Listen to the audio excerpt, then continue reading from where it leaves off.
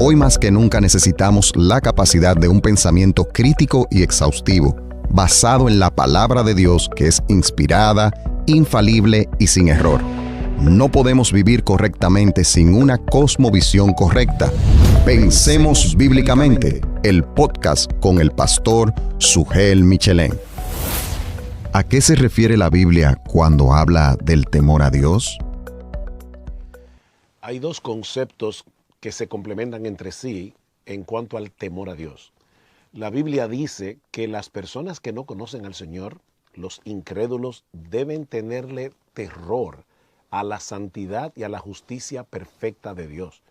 Dice el Señor Jesucristo en Mateo capítulo 10, versículo 28, no temáis a los que matan el cuerpo, mas el alma no pueden matar. Temed más bien a aquel que puede destruir el alma y el cuerpo en el infierno.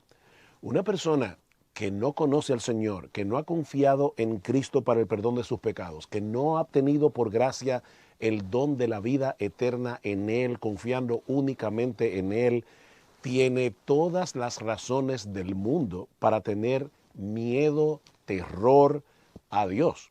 No porque Dios sea un ser iracundo, no porque Dios sea un ser malo, sino porque Dios es perfectamente justo y Él no tendrá por inocente al culpable, dice en Éxodo capítulo 34, versículos 6 y 7. Nuestro Dios es perfectamente justo y algún día todos nosotros nos presentaremos en su tribunal para dar cuenta de nuestras vidas.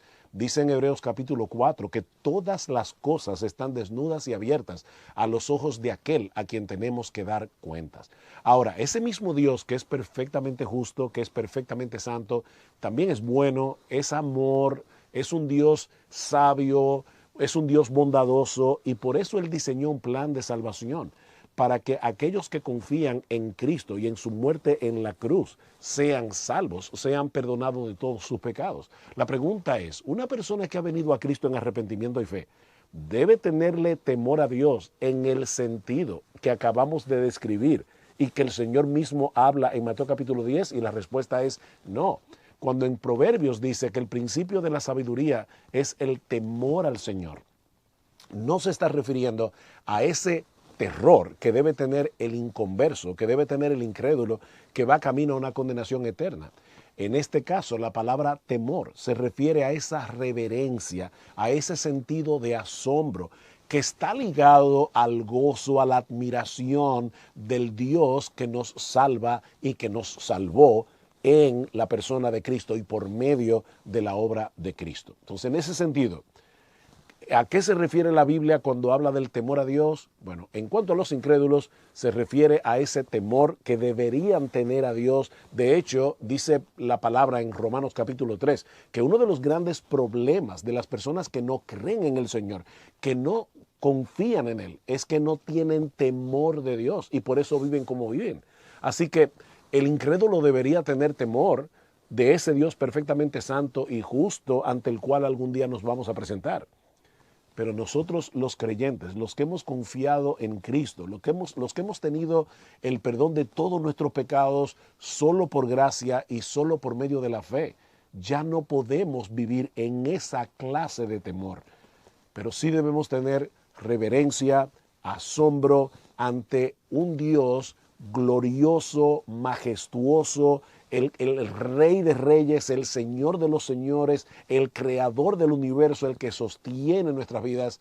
Son dos clases de temores diferentes. De manera que si tú me estás escuchando y todavía tú no has venido a Cristo en arrepentimiento y fe, yo te exhorto a que no tomes a Dios en juego. Alguien decía que uno de los grandes problemas de nuestra generación no es tanto el hecho de que la gente no cree en Dios, sino en que lo ha trivializado, como si Dios fuera algo que nosotros no tenemos que tomar en serio.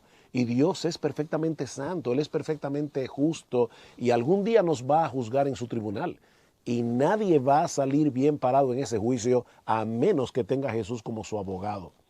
Pero si tú has confiado en Cristo, sigue alimentando ese sentido de asombro, ese sentido de reverencia por la gloria de nuestro Dios. Eso va a transformar toda tu vida y te va a permitir andar en obediencia, servir y adorar a nuestro Dios como Él merece ser amado, servido y adorado.